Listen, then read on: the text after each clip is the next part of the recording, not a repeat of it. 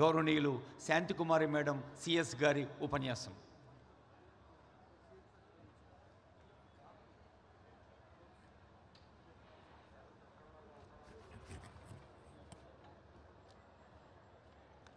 గౌరవనీయులు ముఖ్యమంత్రి వర్యులు శ్రీ రేవంత్ రెడ్డి గారు, గౌరవ శాసన మండలి శాసనసభ సభ్యులు, స్థానిక ప్రతినిధులు, ప్రజాప్రతినిధులు, అధికారులు, ఈ కార్యక్రమానికి విచ్చేసిన చంద్రవంచ గ్రామస్తులందరికీ స్వాగతం, సుస్వాగతం. గణతంత్ర దినోత్సవ శుభాకాంక్షలు. ఈరోజు ఎంతో శుభదినం. మన దేశానికి స్వాతంత్రం వచ్చి 75 సంవత్సరాలు పూర్తయిన సందర్భంలో మన రాష్ట్ర ప్రభుత్వం గౌరవ ముఖ్యమంత్రి గారి నేతృత్వంలో బడుగు బలహీన వర్గాల సంక్షేమానికి ఒకే రోజు 4 గొప్ప పథకాలను ఈరోజు మీ గ్రామం నుండి ప్రారంభించుకోవటం ఎంతో సంతోషకరం.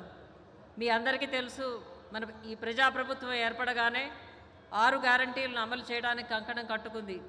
మొదటగా రాష్ట్రంలోని ఆడపడుచులందరికీ ఉచిత బస్సు ప్రయాణాన్ని కల్పించింది. 500 రూపాయలకే గ్యాస్ సిలిండర్ అందజేయడం జరిగింది. అదేవిధంగా పేద కుటుంబాలకు 200 యూనిట్ల వరకు ఉచిత విద్యుత్ కూడా ఏర్పాటు చేయడం జరిగింది. ఆరోగ్యశ్రీ మొత్తాన్ని 10 లక్షలకు పెంచడం జరిగింది. మహిళా శక్తి ద్వారా మహిళా సాధికారత, స్వావలంబనతో ప్రతి ఇంటా వెలుగులు నిండాలని కూడా ప్రభుత్వం నిరంతరం పనిచేస్తుంది.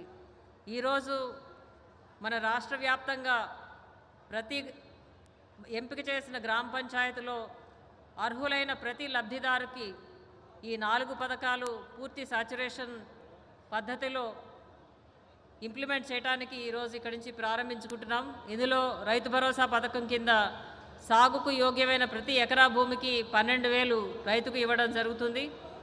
ఇది వ్యవసాయం చేయడంలో రైతులకి ఎంతగానో ఉపయోగపడుతుందని నేను మీకు ప్రత్యేకంగా చెప్పవలసిన అవసరం లేదు.